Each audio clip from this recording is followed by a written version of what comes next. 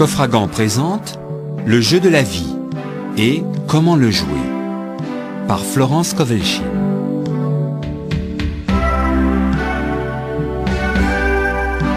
Adaptation Marie-Josée Baudouin, narration Elisabeth Chouvalidze.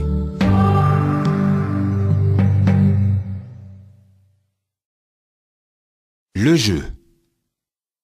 La plupart des gens considèrent la vie comme une bataille. Or la vie n'est point une bataille, mais un jeu.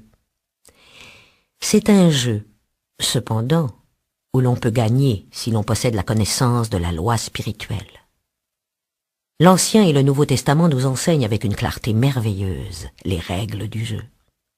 Ce jeu s'appelle donner et recevoir. Tout ce qu'un homme sème, il le récoltera.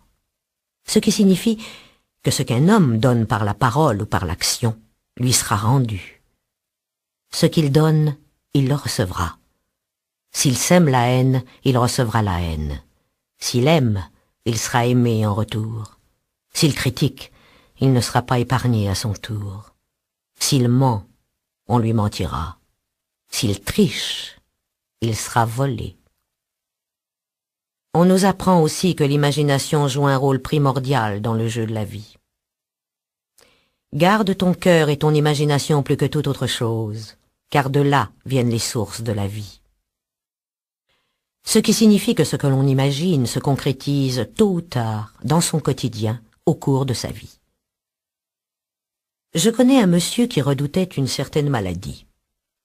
C'était une maladie très rare et difficilement contagieuse, mais il se la représentait sans cesse à l'esprit. Il lisait des articles à ce sujet, si bien qu'un jour, elle se manifesta dans son corps, et il mourut, victime de son imagination déréglée. Nous voyons donc que, pour jouer avec succès au jeu de la vie, il nous faut bien diriger notre imagination. Celui dont l'imagination a été entraînée à ne se représenter que le bien, attire dans sa vie tous les désirs justes de son cœur.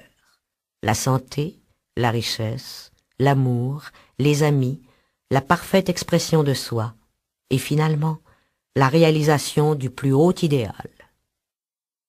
L'imagination a été appelée les ciseaux de l'esprit. En fait, elle découpe sans cesse, jour après jour, les images que l'homme construit et forme. Tôt ou tard, il rencontre sur le plan extérieur ses propres créations.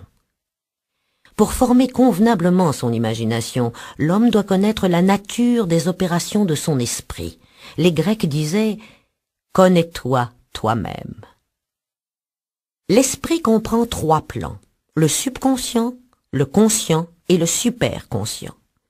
Le subconscient n'est que puissance sans direction. Il est semblable à la vapeur ou à l'électricité et accomplit ce qu'on lui commande. Il n'a point de pouvoir intrinsèque. Tout ce que l'homme ressent profondément ou imagine clairement est imprimé dans son subconscient et se manifeste dans le moindre détail. Le conscient a été appelé esprit mortel ou charnel. C'est l'esprit humain qui voit la vie telle qu'elle apparaît. Il voit la mort, les désastres, la maladie, la pauvreté et les limitations de toutes sortes, et il imprime tout cela dans son subconscient. Le superconscient, c'est le plan des idées parfaites. C'est là que se trouve le modèle parfait dont parlait Platon, le plan divin, car il y a un plan divin pour chacun. Il existe une place que vous devez occuper et que personne d'autre ne peut occuper. Vous avez une tâche à faire que personne d'autre ne peut accomplir. Il existe de ceci une image parfaite dans le superconscient. Cette image se projette parfois comme un éclair dans le conscient et semble un idéal hors d'atteinte, quelque chose de trop beau pour être vrai. En réalité, c'est la destinée véritable de l'homme, projetée par l'intelligence infinie qui est en lui-même. Beaucoup, cependant, ignorent leur véritable destinée et s'efforcent vers des choses, des situations qui ne leur conviennent pas et qui ne leur apporteraient qu'échec et mécontentement s'ils arrivaient à les posséder. Nos paroles jouent un rôle capital dans le jeu de la vie. Bien des personnes ont été la cause directe de l'échec de leur vie par leurs paroles inconsidérées, blessantes, malveillantes. C'est ainsi qu'une dame me demanda un jour pourquoi sa vie était devenue pauvre et étriquée. Elle avait eu un foyer rempli de jolies choses et possédait alors beaucoup d'argent. En cherchant, nous trouvâmes qu'elle s'était lassée de diriger sa maison, qu'elle répétait sans cesse « J'en ai assez de toutes ces choses, je voudrais vivre dans une malle ». Elle ajouta « Aujourd'hui, c'est chose faite ». Sa parole l'y avait précipité. Le subconscient n'a point le sens de l'humour, et les gens provoquent souvent leur malheur par leur plaisanterie. Voici encore un exemple. Une personne qui possédait une jolie fortune plaisantait constamment, disant qu'elle se préparait à entrer à l'hospice. En quelques années, elle fut presque ruinée, ayant imprimé sur son subconscient l'image de la médiocrité et de la pauvreté. Par bonheur, la loi de la substitution est à double tranchant. Une situation malheureuse peut être transformée en situation avantageuse. Tout désir exprimé ou inexprimé est une demande. Nous sommes souvent étonnés de voir un souhait brusquement réalisé. Rien ne s'interpose entre l'homme, son plus haut idéal et chaque désir de son cœur, si ce n'est le doute et la crainte. Lorsque l'homme sait souhaiter hardiment, tous ses désirs se réalisent tôt ou tard. La peur doit être effacée du conscient. C'est le principal ennemi de l'homme. Peur de la pauvreté, de l'échec, de la maladie, des pertes, tout sentiment d'insécurité sur quelque plan que ce soit. Le but du jeu de la vie, c'est de voir clairement le bien et d'effacer du mental toutes les images du mal et de la peur. Ceci doit être obtenu en imprimant sur le subconscient la réalisation du bien. Un homme très brillant qui avait atteint une grande réussite me raconta qu'il avait brusquement effacé toute crainte de sa conscience en lisant un jour un écriteau en lettres majuscules ainsi conçu. « Ne vous inquiétez pas, cela ne se produira probablement jamais. » Ces mots frappèrent de façon indélébile son subconscient. Il a maintenant la ferme conviction que seul le bien veut entrer dans sa vie et, par conséquent, seul le bien se manifeste. L'homme a constamment près de lui un témoin attentif, son subconscient. Chaque mot, chaque parole se grave dans notre subconscient pour se réaliser en de détails surprenants. Cela ressemble à un chanteur dont la voix serait enregistrée sur un disque. S'il tousse ou s'il hésite, le disque l'enregistre aussi. Brisons donc le vieux disque mauvais du subconscient, les disques de notre vie que nous ne voulons pas conserver, et faisons-en de neufs et de beaux. Prononcez tout haut, avec force et conviction, ces paroles.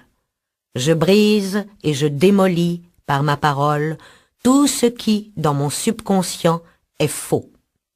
Cela retourne au néant, car toutes ces pensées fausses sont sorties de mon imagination.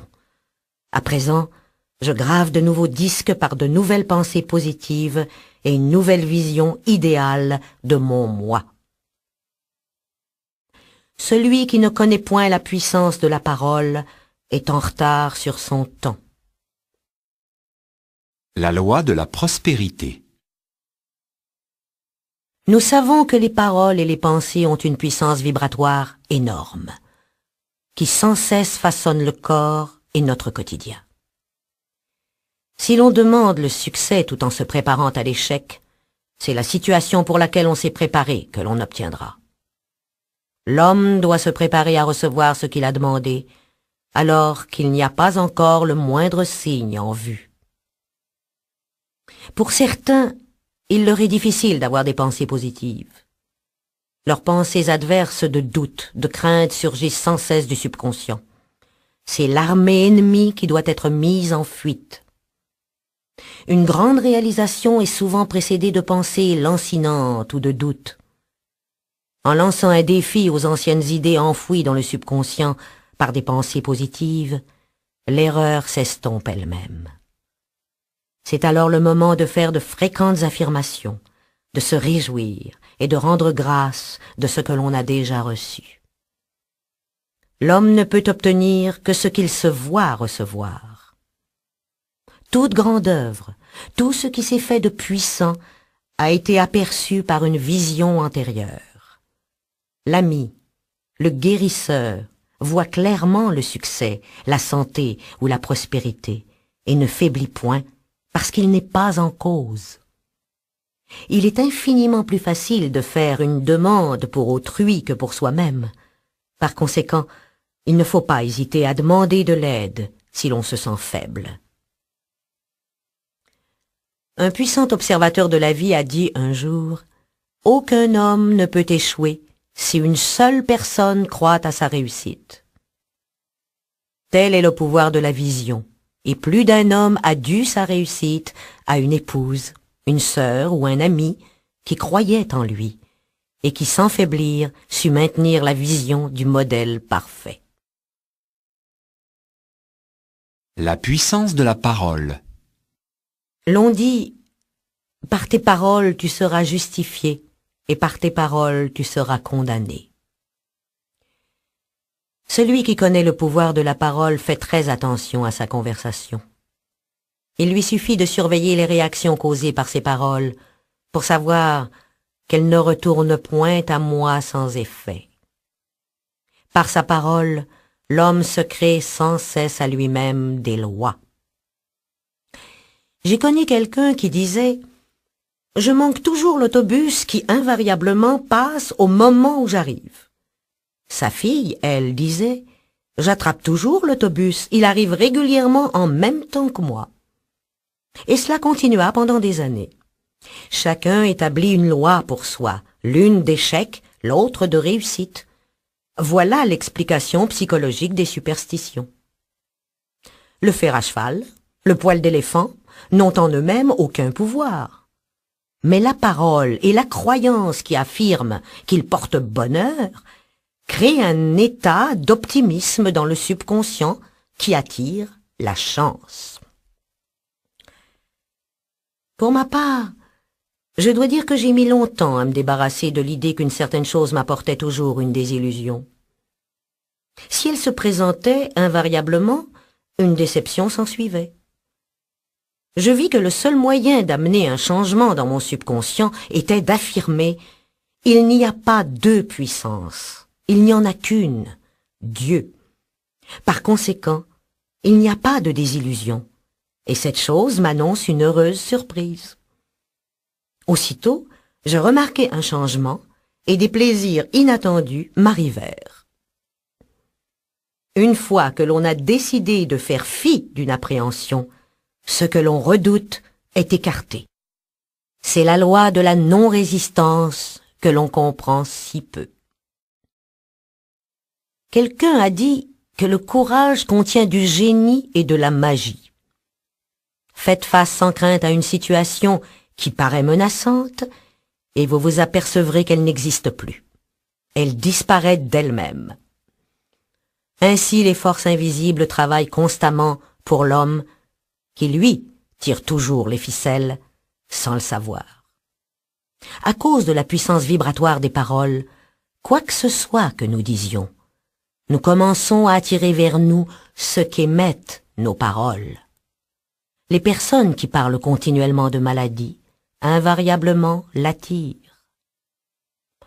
Un vieux dicton dit que l'homme ne se sert de sa parole que pour 3 desseins: guérir, bénir ou prospérer.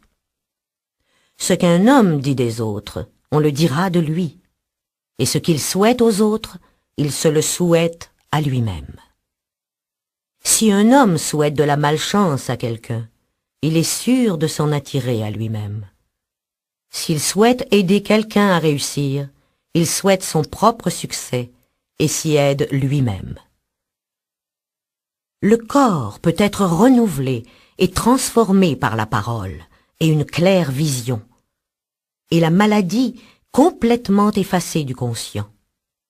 Le métaphysicien sait que toute maladie à sa correspondance mentale, et que pour guérir le corps, il faut d'abord guérir l'âme. C'est le subconscient, l'âme, qui doit être sauvée, sauvée des pensées négatives.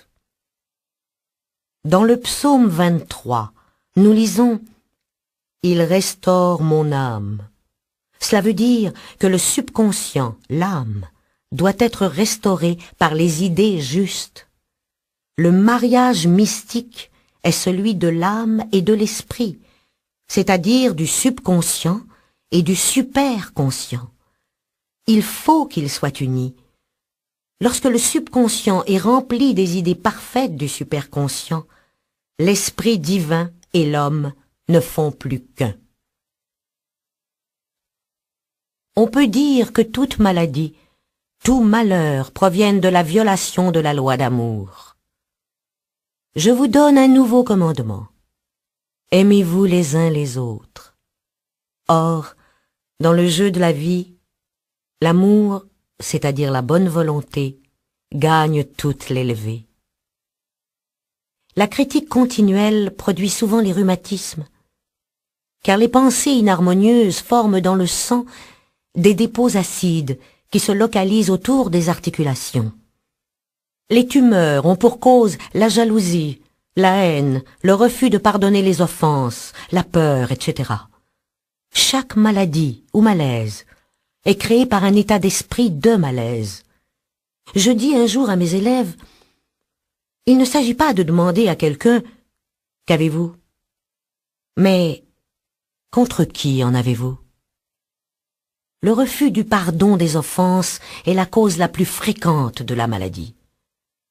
La sclérose des artères et du foie et les maladies des yeux en sont la conséquence. Des maux sans fin lui font cortège. Toute inharmonie extérieure indique une discorde mentale. L'extérieur est semblable à l'intérieur. Les seuls ennemis de l'homme résident en lui-même. Les ennemis de l'homme seront ceux de son propre intérieur. L'homme éclairé s'efforce de se perfectionner en servant son prochain. Il travaille sur lui-même, il apprend à envoyer à chacun des pensées positives. Le plus merveilleux, c'est que lorsqu'on respecte un être, celui-ci perd tout pouvoir de nous nuire. La bonne volonté produit une grande aura de protection autour de celui qui la cultive, et toute armée forgée contre lui sera sans effet. En d'autres termes, l'amour et la bonne volonté détruisent les ennemis qui sont en nous, et par conséquent, nous n'avons point d'ennemis à l'extérieur. La loi de non-résistance. Ne vous laissez pas émouvoir par le mal, mais surmontez le mal par le bien. Rien au monde ne peut s'opposer à une personne qui est absolument non résistante. Les Chinois disent que l'eau est l'élément le plus puissant, parce qu'elle est parfaitement non résistante. L'eau peut user le roc et balayer tout devant elle. Le mal est sorti de la vaine imagination de l'homme, c'est-à-dire de la croyance en deux pouvoirs, le bien et le mal. D'après une vieille légende, Adam et Ève mangèrent le fruit de Maya, l'arbre de l'illusion, et distinguèrent deux pouvoirs, au lieu du pouvoir unique, Dieu. Par conséquent, le mal est une loi fausse que l'homme a élaborée à cause d'un psychome ou sommeil de l'âme, ce qui signifie que l'homme a été hypnotisé par sa croyance dans le péché, la maladie, la mort. Sa vie et son corps ont pris la forme de ces illusions. Nous avons vu précédemment que l'âme est le subconscient et que tout ce que nous ressentons profondément en bien ou en mal est reproduit par ce fidèle serviteur. Notre corps, nos affaires représentent ce que l'on a imaginé. Le malade a imaginé la maladie, le pauvre la pauvreté, le riche l'abondance. Les gens me demandent comment un enfant s'attire-t-il la maladie alors qu'il est trop jeune pour savoir même ce que cela signifie. Je réponds que les enfants sont sensibles et réceptifs aux pensées de ceux qui les entourent, et que souvent, ils extériorisent les craintes de leurs parents. J'ai entendu un jour un métaphysicien affirmer « Si vous ne dirigez pas votre subconscient vous-même, quelqu'un d'autre s'en chargera. » Les mères attirent inconsciemment sur leurs enfants la maladie et les désastres, en les craignant continuellement et en guettant leurs symptômes. Une de mes amies, par exemple, demanda à une mère si sa petite fille avait eu la rougeole. Celle-ci répondit promptement « Pas encore », ce qui impliquait qu'elle s'attendait à cette maladie, préparant ainsi ce qu'elle ne voulait ni pour elle, ni pour son enfant. Cependant, celui qui est centré et établi dans la vérité, celui qui n'a que des pensées de bonne volonté envers autrui et qui est sans crainte, ne peut être atteint ni influencé par les pensées négatives des autres. N'en voyant que de bonnes pensées, il ne peut en recevoir que de bonnes en retour. La résistance, c'est l'enfer, car elle place l'homme dans un état de tourment. Un métaphysicien m'a donné un jour une merveilleuse recette. Si je suis en présence d'un échec, je le baptise succès. Nous voyons ici la grande loi de transmutation fondée sur la non-résistance. Par sa parole, cet homme transformait en succès tous les échecs. Bénissez votre ennemi et vous lui dérobez ses flèches. Cette loi est aussi vraie pour les nations que pour les individus. Ce n'est que par l'entendement spirituel que l'homme peut comprendre la non-résistance. Mes élèves me disent souvent « Nous ne voulons pas être des paillassons ». Je leur réponds « Lorsque vous vous servirez avec sagesse de la non-résistance, personne ne pourra vous marcher dessus. » Aussi longtemps qu'on résiste à une situation, on la maintient. Si on la fuit, elle nous poursuivra. Accorde-toi promptement avec ton adversaire, ce qui veut dire conviens que la situation est bonne, n'en sois pas troublé, et elle disparaîtra d'elle-même. Aucune de ces choses ne m'émeut est aussi une affirmation excellente. Une situation discordante provient d'un état discordant chez celui qui l'a subi.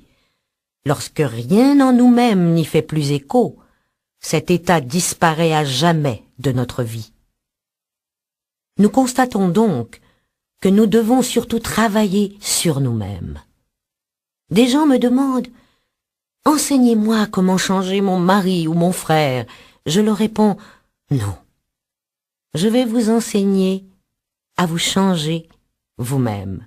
Lorsque vous changerez, votre mari et votre frère changeront aussi. » Nous sommes souvent guéris de nos défauts en les remarquant chez les autres. La vie est un miroir et nous ne voyons en autrui que notre propre reflet. Vivre dans le passé est néfaste et c'est aussi une violation de la loi spirituelle. Le passé et l'avenir sont les voleurs du temps. Il convient de bénir le passé et de l'oublier, de bénir l'avenir dans la certitude des joies sans fin qu'il nous apportera, et de vivre pleinement le moment présent. Vivre le moment présent est essentiel. Vis pleinement ce jour, voilà le salut de l'aurore.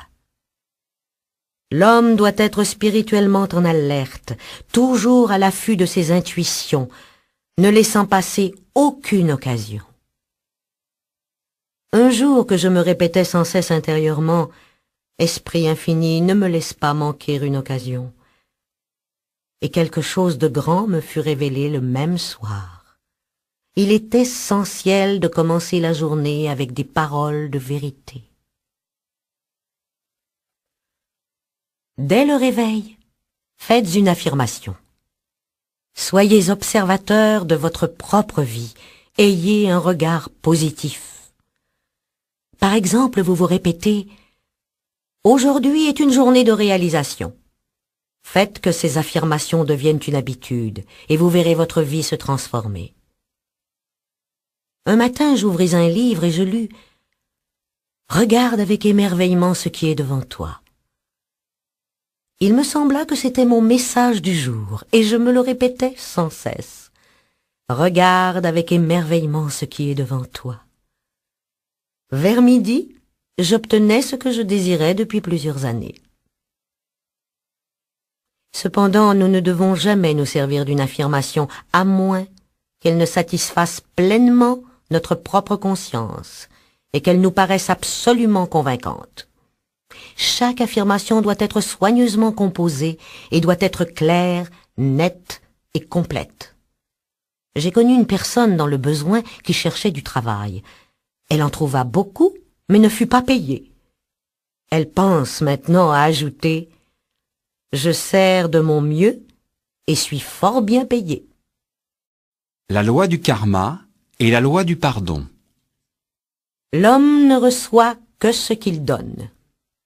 Le jeu de la vie est un jeu de boomerang. Ce qu'on pense, ses actions, ses paroles se manifestent tôt ou tard avec une étonnante précision. Voilà la loi du karma, ce qui signifie en sanskrit « retour ». Tout ce qu'on sème, on le récoltera. Plus nous connaissons, plus nous avons de responsabilités.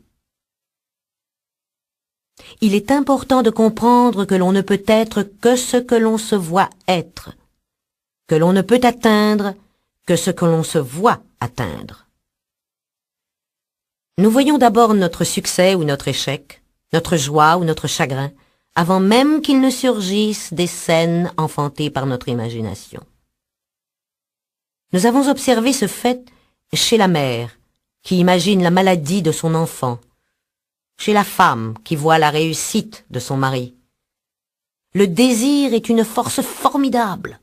Il faut qu'elle soit canalisée convenablement, sans quoi le chaos s'ensuit. L'homme ne doit jamais demander que ce qui lui appartient par droit moral. Toute chose dont la manifestation est forcée par une volonté personnelle est toujours mal acquise et par conséquent toujours vouée à l'insuccès. La connaissance nous donne le pouvoir d'effacer nos erreurs. L'homme ne peut pas forcer son environnement extérieur à être ce qu'il n'est pas lui-même. Si vous désirez des richesses, vous devez d'abord être riche en conscience. Ainsi, une dame vint me demander un traitement pour la prospérité. Elle s'intéressait peu à son extérieur qui était fort en désordre. Je lui dis, « Si vous voulez être riche, il faut que vous soyez ordonné. Tous ceux qui possèdent de grandes fortunes sont ordonnés. Et l'ordre est la première loi du ciel. » Et puis j'ajoutais, « Tant que l'ordre ne régnera pas chez vous, la richesse vous fuira. » Immédiatement, elle se mit en devoir de ranger sa maison, rangeant les tiroirs, nettoyant les tapis. Elle se trouva transformée et sait maintenant diriger ses affaires pécuniaires en surveillant ce qui l'entoure. Beaucoup de personnes ignorent que donner, c'est faire un placement, et que thésauriser, épargner avec excès, mène invariablement aux pertes. En résumé, celui qui donne libéralement devient plus riche. Celui qui épargne à l'excès ne fait que s'appauvrir. Nos ressources sont inépuisables et infaillibles lorsque notre confiance est absolue. Mais la confiance et la foi doivent précéder l'action. Qu'il soit fait selon ta foi. La foi est la substance des choses qu'on espère, l'évidence des choses qu'on ne voit pas. Car la foi maintient la vision stable, les images adverses se dissipent, et en temps voulu, nous récolterons, si nous ne vacillons pas. Rejeter le fardeau ou comment impressionner son subconscient. Lorsque l'on parvient à la connaissance de son propre pouvoir et du processus de son mental, son grand désir est de trouver le moyen facile et rapide qui lui permettra d'impressionner son subconscient par l'idée du bien, car une connaissance intellectuelle de la vérité donne rarement des résultats. Pour ma part, je trouve que le moyen le plus facile est de rejeter le fardeau. Un fardeau est une pensée ou un état adverse qui a ses racines dans le subconscient. Il semble quasi impossible d'arriver à diriger le subconscient par le conscient, c'est-à-dire par le raisonnement, car le raisonnement est limité dans ses conceptions, et il est envahi de doutes et de craintes. Le ressentiment est un fardeau qui nous maintient dans un état d'angoisse et emprisonne notre âme. Cette affirmation doit être répétée continuellement pendant des heures, parfois silencieusement ou audiblement, avec tranquillité, mais détermination. J'ai souvent comparé cela au fait de remonter un phonographe. Il faut nous remonter avec des paroles de vérité. J'ai remarqué qu'au bout d'un certain temps, lorsque nous avons rejeté le fardeau, notre vision s'éclaire. Il est impossible d'avoir une vision claire lorsque l'on se débat dans les angoisses. Le doute, la peur empoisonnent l'esprit et le corps. Alors l'imagination se déchaîne, ce qui provoque le désastre et la maladie. Si par la répétition constante de l'affirmation « Je rejette ce fardeau, mon angoisse », je deviens libre de mes émotions. Ma vision se transforme, et en même temps qu'un sentiment de soulagement, tôt ou tard, survient la manifestation du bien, que ce soit la santé, le bonheur ou la prospérité. Une de mes élèves me demanda un jour d'expliquer pourquoi l'obscurité est plus intense au moment où va se faire la lumière. Tout semble aller mal. La conscience est alors obscurcie par un état de dépression. Cela signifie que les doutes et les craintes ancestrales se réveillent du fond du subconscient. Il convient de les exterminer. C'est alors que l'homme doit rendre grâce de ce qu'il est sauvé, même s'il semble entouré d'ennemis, c'est-à-dire la pénurie ou la maladie. Mon élève me demanda encore « Combien de temps reste-t-on dans l'obscurité ?» Je lui répondis « Jusqu'à ce que l'on parvienne à voir dans l'obscurité. » Or, rejeter le fardeau nous y fait parvenir. Pour impressionner le subconscient, une foi active est toujours essentielle. Faire semblant, continuellement, impressionne le subconscient. Si l'on fait semblant d'être riche, si l'on croit être en pleine réussite, en temps voulu, on récoltera. Les enfants font constamment semblant. J'ai connu une jeune femme qui était très pauvre, mais personne ne pouvait lui en donner le sentiment. Elle gagnait chez de riches amis un salaire modeste. Ceux-ci lui rappelaient sans cesse son impécuniosité en lui conseillant l'économie. Sans se soucier, elle dépensait parfois son argent pour acheter un chapeau ou pour faire un présent, ce qui la plongeait dans le ravissement. Ses pensées étaient toujours fixées sur de beaux vêtements, sur de belles choses, mais sans les envier à autrui. Elle vivait dans un monde merveilleux et seules les richesses lui semblaient réelles. Elle ne tarda pas à épouser un homme fortuné et toutes les belles choses se matérialisèrent. Je ne sais si son mari fut celui de la divine sélection, mais l'opulence devait forcément se manifester dans sa vie, car elle n'avait imaginé que l'opulence. Il n'y a de paix ni de bonheur pour l'homme tant qu'il n'a pas effacé toute crainte de son subconscient. La peur est de l'énergie mal dirigée qui doit être redressée et transmuée en foi. Souvent, l'un ou l'autre de mes élèves me demande « Comment puis-je me débarrasser de la peur ?» Je réponds « En faisant face à ce qui vous effraie. » Le lion puise sa férocité dans votre peur. Foncez sur le lion, il disparaîtra. Enfuyez-vous, il vous poursuivra. Par ses pensées de séparation et de pénurie, l'homme s'est depuis si longtemps séparé de son bien et de ses vraies ressources qu'il faut parfois de la dynamite pour déloger ses idées fausses du subconscient, et la dynamite se présente sous forme d'une importante occasion de vaincre. On se libère en détruisant la crainte.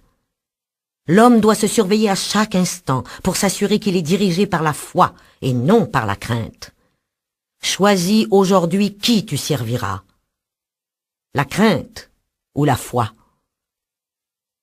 Peut-être votre crainte est-elle suscitée par l'attitude de certaines personnes. Dans ce cas, n'évitez pas ceux que vous redoutez. Allez vers eux tranquillement, et dès lors, vous les verrez devenir des maillons d'or dans la chaîne de votre bien. Ou bien, ils disparaîtront harmonieusement de votre chemin. Peut-être craignez-vous la maladie, les microbes. Apprenez à demeurer insensible au risque de contagion. Vous serez immunisé. On ne peut être contaminé que lorsqu'on vibre sur le même plan que les microbes. Or, la peur rabaisse l'homme à leur niveau. Bien entendu, le microbe qui transmet une maladie est le produit de l'entendement mortel, car toute pensée prend forme.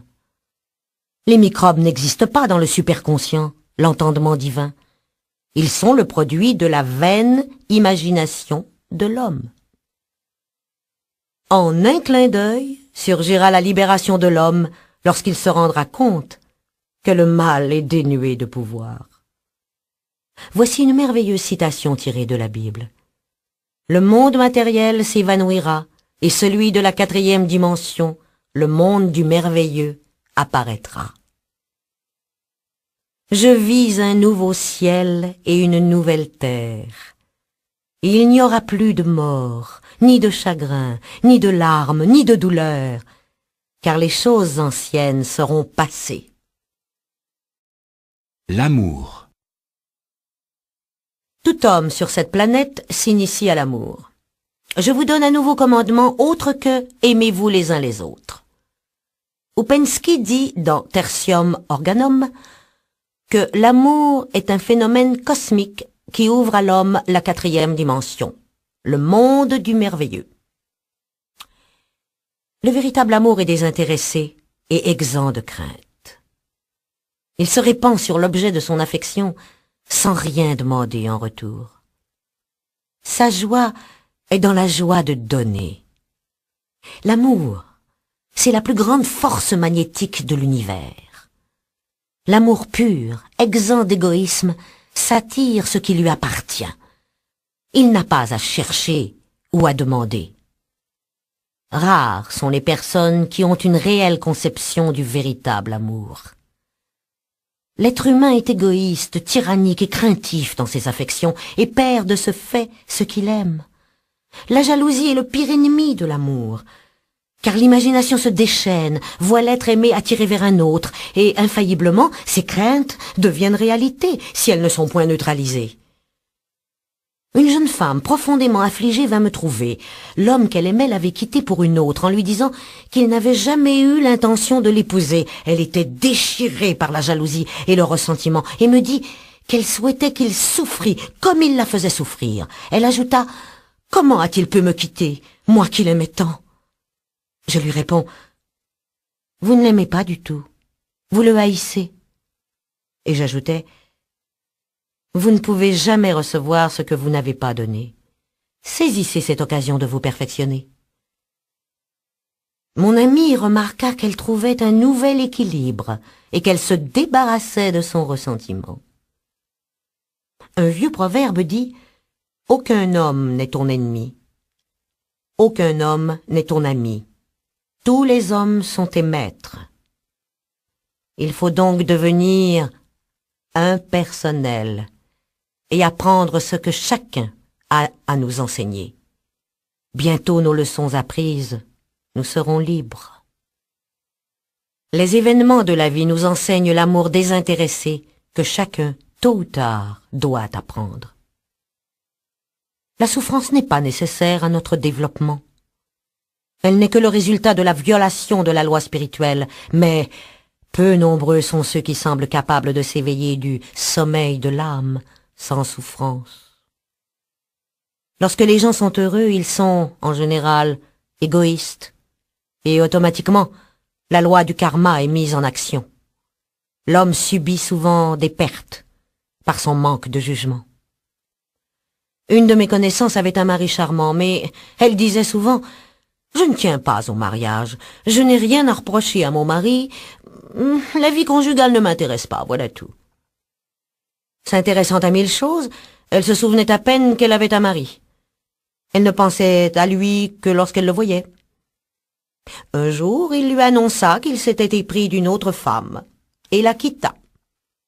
Aussitôt, elle vint me voir, désolée, pleine d'amertume. « C'est, lui dis-je, exactement dans ce but que vous avez prononcé la parole.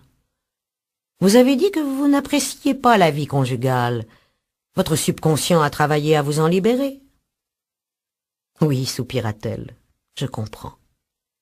On obtient ce que l'on veut, puis ensuite, on se plaint. » Elle ne tarda pas à accepter cette situation, comprenant qu'elle et son mari étaient plus heureux séparés.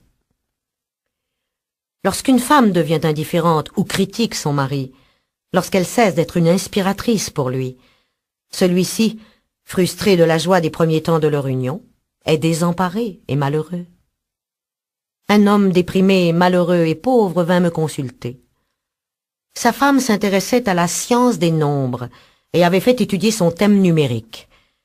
Le rapport ne lui était pas favorable apparemment car, me dit-il, ma femme prétend que je n'arriverai jamais à rien parce que je suis un 2. Je lui répondis, « Votre nombre m'est indifférent.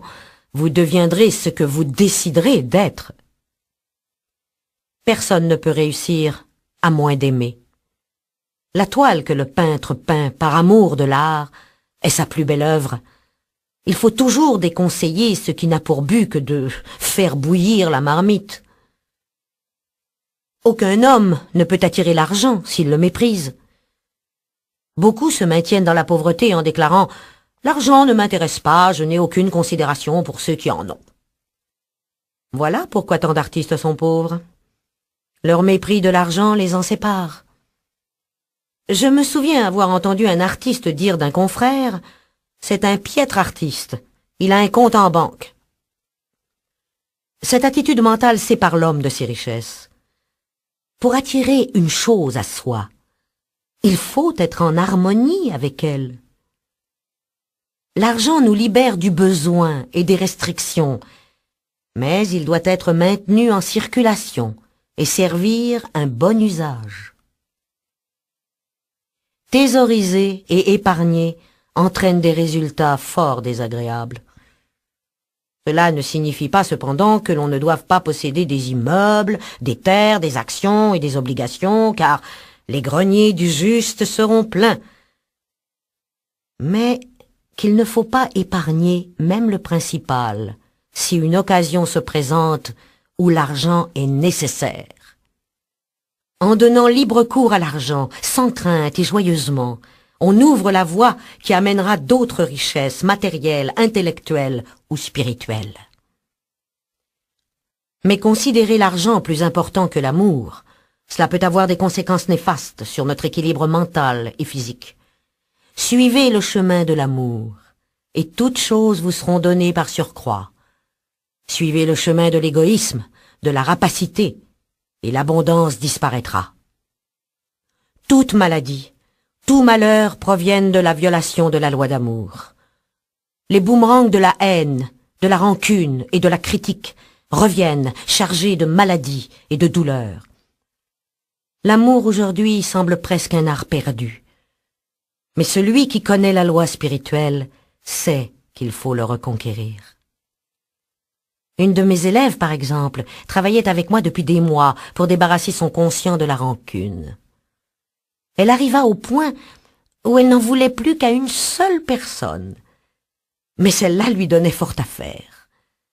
Cependant, petit à petit, elle trouva l'équilibre et l'harmonie, et un jour, tout ressentiment disparut. L'amour et la bonne volonté sont inestimables dans les affaires. Une employée vient se plaindre à moi de sa patronne, qui prétendait-elle était froide, d'esprit critique et ne l'aimait pas. Bien, lui conseillai-je, saluez la divinité en elle et envoyez-lui des pensées d'amour. Elle me répondit, impossible, c'est une femme de marbre. Vous souvenez-vous, rétorquai-je, de l'histoire du sculpteur qui réclama un certain bloc de marbre? On lui demanda pourquoi il le voulait. Parce qu'il y a un ange dans ce marbre, et il en tira une merveilleuse œuvre d'art. Certaines personnes sont remplies de remords d'avoir fait du mal à autrui, parfois des années auparavant. Si ce mal ne peut être réparé, son effet peut être neutralisé en faisant du bien à quelqu'un d'autre dans le présent. Je fais une chose, oubliant ce qui est en arrière, je me porte vers ce qui est en avant. Le chagrin, le remords, les regrets détruisent les cellules du corps et empoisonnent l'atmosphère de l'individu. En effet, c'est la peur qui imagine fortement la maladie ou une situation redoutée, et ces images, si elles ne sont pas neutralisées, se matérialisent. L'amour parfait bannit la crainte. Celui qui craint n'est pas parfait dans l'amour. Enfin, l'amour est l'accomplissement de la loi. Intuition, direction. Rien n'est impossible à celui qui connaît la puissance de sa parole et qui suit les directives de son intuition. Par sa parole, il met en action des forces invisibles, il peut restaurer son corps et transformer ses affaires. Il est donc de la plus grande importance de choisir les mots justes et les affirmations que l'on va projeter dans l'invisible. Demandez et vous recevrez. C'est à l'homme de faire le premier pas.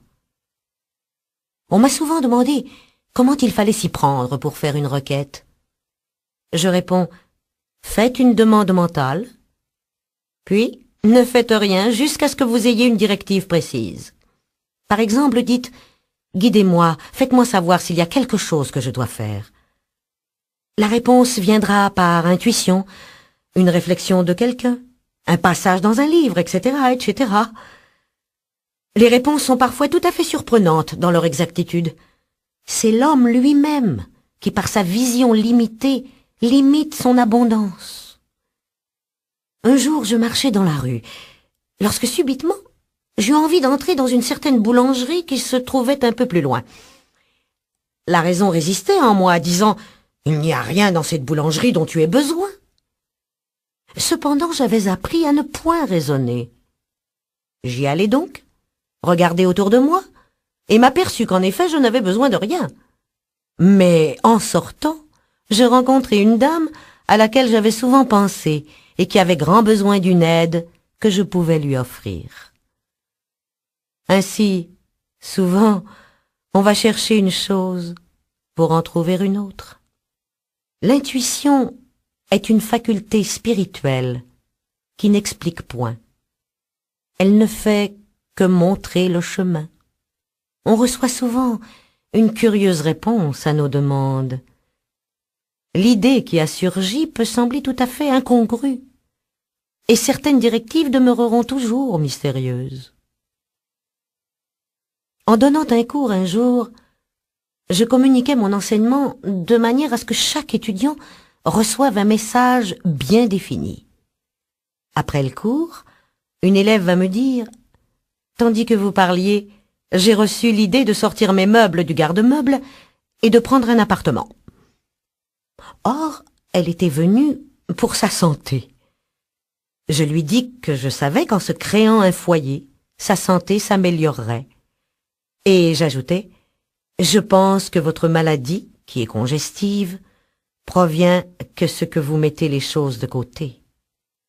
La congestion des choses provoque la congestion du corps. Vous avez violé la loi de la circulation et votre corps en paie les conséquences. Puis je rendis grâce d'apprendre que L'ordre dans son esprit, son corps et ses affaires étaient établis. On est loin de se douter à quel point notre vie, nos actions réagissent sur notre santé. Toute maladie comporte une correspondance mentale. Une personne pourrait être guérie instantanément en comprenant que son corps a une identité propre et par conséquent qu'il est sain et parfait. Mais si elle continue à penser d'une façon destructive, si elle thésaurise, si elle hait, si elle a peur, si elle condamne, la maladie récidivera. Ainsi, l'âme, c'est-à-dire le subconscient, doit être lavée et devenue blanche comme neige pour que la guérison soit permanente. Beaucoup se sont attirés la maladie et le malheur en condamnant les autres. Ce que l'homme condamne en autrui, il se l'attire. Une amie vint me voir pleine de colère et de douleur parce que son mari l'avait abandonnée pour une autre. Elle blâmait cette femme et répétait sans cesse « Elle savait qu'il était marié et n'avait pas le droit d'accepter ses hommages. » Je lui répondis « Cessez de condamner cette femme, bénissez-la et finissez-en avec cette situation. Autrement, vous vous attirerez la même chose. » Elle demeura sourde à mes paroles et 1 an ou 2 après, s'éprit elle-même d'un homme marié. Lorsqu'on critique ou condamne, c'est comme si nous ramassions un fil à haute tension. Il faut s'attendre à un choc. L'indécision est une pierre d'achoppement sur bien des routes. Pour la surmonter, répétez sans cesse « Je suis toujours sous l'inspiration directe. Je prends rapidement de bonnes décisions. » Ces paroles impressionnent le subconscient, et l'on ne tarde pas à se trouver alerte et dépouillé de toute hésitation. J'ai appris qu'il est néfaste de chercher des directives sur le plan psychique, car ce plan est celui de nombreux esprits, et non point de l'unique esprit. Au fur et à mesure que l'homme ouvre son esprit à la subjectivité, il devient une cible pour les forces destructrices. Le plan psychique est le résultat de la pensée mortelle, c'est le plan des oppositions. Or, on y reçoit de bons ou de mauvais messages. La science des nombres, les horoscopes, maintiennent l'homme sur le plan mental, ou mortel, car il ne s'occupe que de la voie karmique. Je connais un monsieur qui, d'après son horoscope, devrait être mort depuis des années. Or, il se porte bien et dirige un des plus grands mouvements de ce pays pour le bien de l'humanité. Pour neutraliser une prédiction néfaste, il faut une très puissante mentalité. Il faut parfois un effort de volonté pour quitter ses peurs et ses angoisses. Il est tellement plus facile au commun des mortels de craindre plutôt que d'avoir la foi. La foi est donc un effort de la volonté. En s'éveillant à la spiritualité, l'homme reconnaît que tout ce qui est discordant autour de lui correspond à une inharmonie mentale. S'il trébuche, s'il tombe, il peut se dire qu'il trébuche et tombe en son entendement. Lorsqu'on fait appel à l'universel, il faut s'attendre à des surprises. Tout peut sembler aller mal, alors qu'en réalité, tout va bien. Il n'y a pas de perte si l'homme agit selon la loi spirituelle. Il tire tout ce qui est à lui de ce grand réservoir du bien. Je te rendrai les années de récolte détruites par les sauterelles. Les sauterelles, ce sont les doutes, les craintes, les ressentiments et les regrets, élaborés par notre conscient mortel. Seules ces pensées adverses détroussent l'homme, car nul ne donne à l'homme si ce n'est lui-même, et personne ne le vole si ce n'est lui-même. La parfaite expression de soi ou notre destin. Aucun vent ne peut égarer ma barque ni changer le cours de ma destinée. Pour toute personne, il existe une parfaite expression de soi, une place qui lui est propre et que personne d'autre ne peut occuper à sa place. Il y a quelque chose qu'il doit faire et qui ne peut être faite que par lui. C'est sa destinée. Puisque la faculté d'imagination est une faculté créatrice, il est nécessaire que l'homme perçoive l'idée avant qu'elle puisse se réaliser. L'appel le plus important de l'homme concernera son destin, la réalisation de sa destinée. Il est possible qu'il n'ait pas la moindre conception de ses possibilités et profondément caché en lui quelque merveilleux talent. Son appel pourrait être « Que le génie qui est en moi soit libéré, que je saisisse clairement le plan parfait. » Le plan parfait comprend la santé, la fortune, l'amour et l'entière expression de soi. Voilà la quadrature de la vie qui apporte le bonheur. Après avoir fait cet appel, devenant plus attentif à notre soi-même, de grands changements peuvent se produire, transformant notre vie. Trop souvent, nous demeurons aveugles face à notre destin. Demandez des directives claires, soyez patients, attentifs aux signes, et la voie vous sera tracée, facile et pleine de succès. On ne doit ni se représenter, ni forcer une image lorsque l'on demande que le dessein divin pénètre dans le conscient. On reçoit des éclairs d'inspiration et l'on commence à se voir accomplissant de grandes choses. Voilà l'image ou l'idée à laquelle il convient de se tenir sans vaciller. Le principal ennemi de l'homme est lui-même. Tout homme est David qui extermine Goliath, soit la pensée, le conscient, grâce à la petite pierre blanche, la foi. Ainsi, l'homme doit prendre garde de ne pas être le méchant serviteur qui enterra son talent. Ne pas se servir de ses dons entraîne de terribles pénalités. Souvent, la peur empêche l'homme de s'exprimer parfaitement. Le trac a gêné plus d'un génie. Il peut cependant être surmonté par la parole ou le traitement. L'individu perd alors toute conscience de soi et sent seulement qu'il est un moyen par lequel s'exprime l'intelligence infinie. Parfois, un incident menu peut transformer une vie. Robert Fulton, regardant bouillir doucement de l'eau dans une bouilloire à thé, imagina un paquebot. Notre but, c'est d'atteindre l'équilibre, la maîtrise de soi. La maîtrise de soi, c'est la puissance. Lorsqu'on devient maître de soi, on pense plus clairement, donc on prend plus rapidement les bonnes décisions. On ne manque jamais une opportunité. La colère altère la vision, empoisonne le sang. C'est la cause de bien des maladies et de décisions conduisant au désastre. On l'a placé parmi les péchés capitaux, tant ses réactions sont malfaisantes. La crainte et l'inquiétude sont mortelles pour soi-même. C'est de la foi inversée.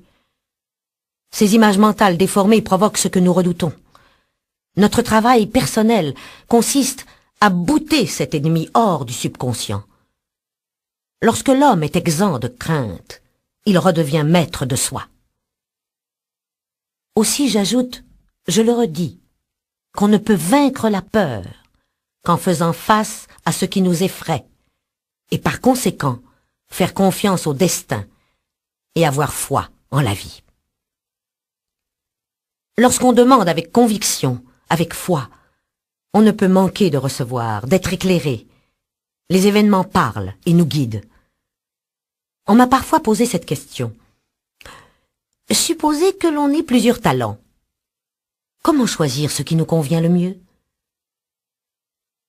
Demandez à recevoir une direction précise, une indication claire, en ajoutant par exemple « Esprit divin, montre-moi quel est le talent dont je dois me servir maintenant. » J'ai vu des gens se livrer brusquement à une tâche nouvelle et se trouver pleinement compétents avec peu ou pas d'apprentissage.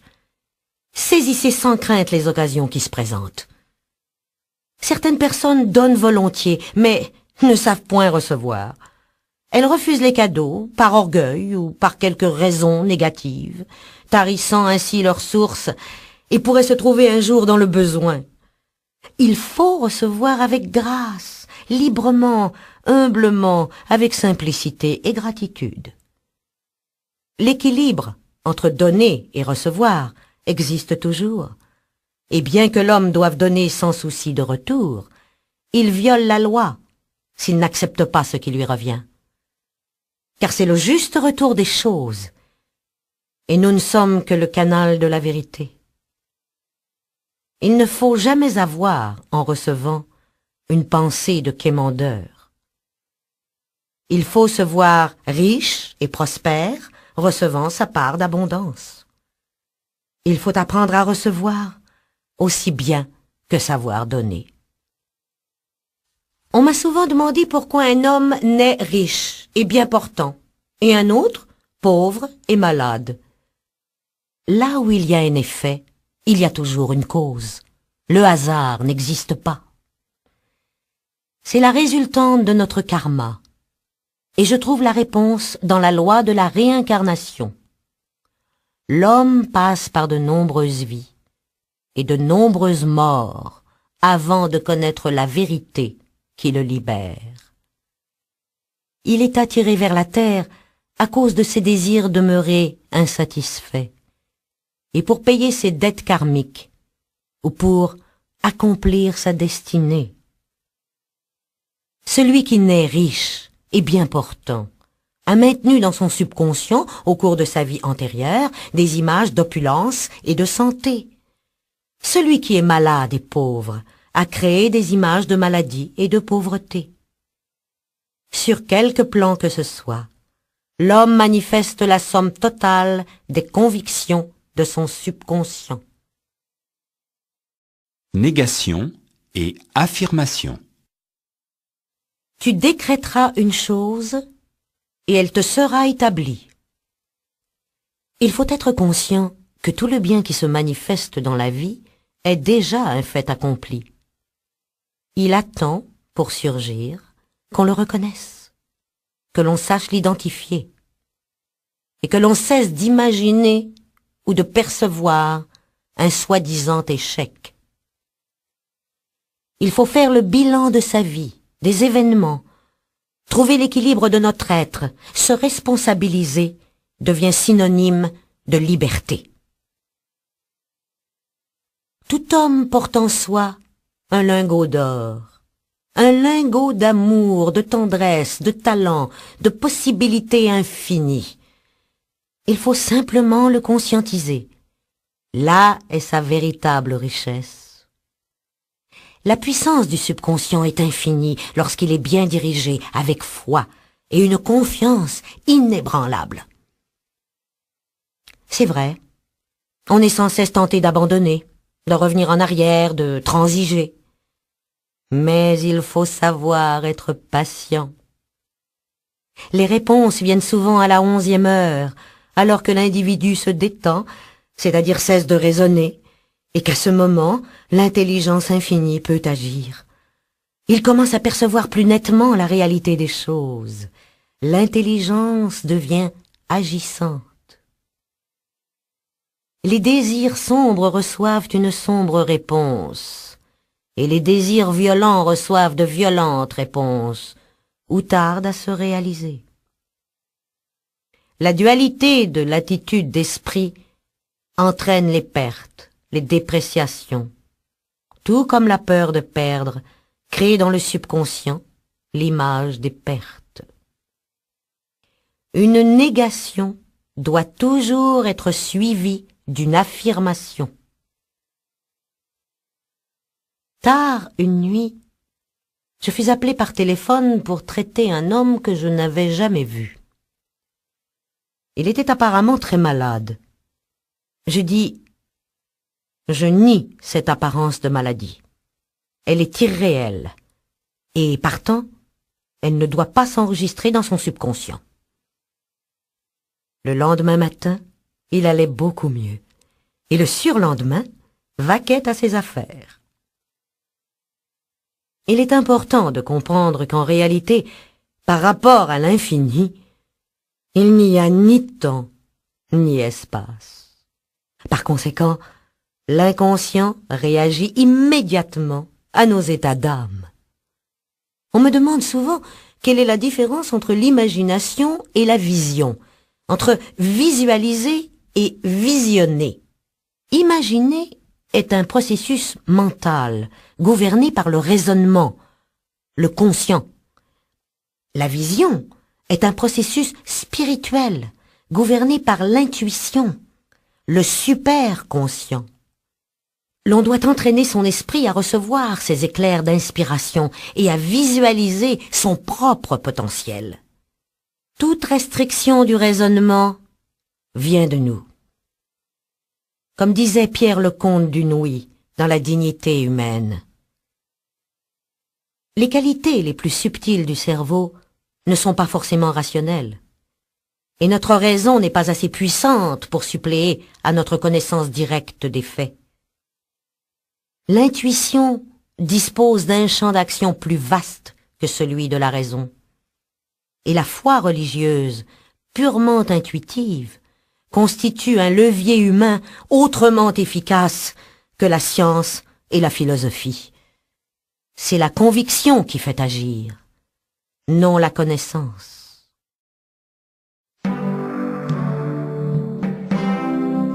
Puisse chacun de nos auditeurs être transformé par le renouvellement de son esprit et connaître la vérité qui le rendra libre, libre d'accomplir sa destinée.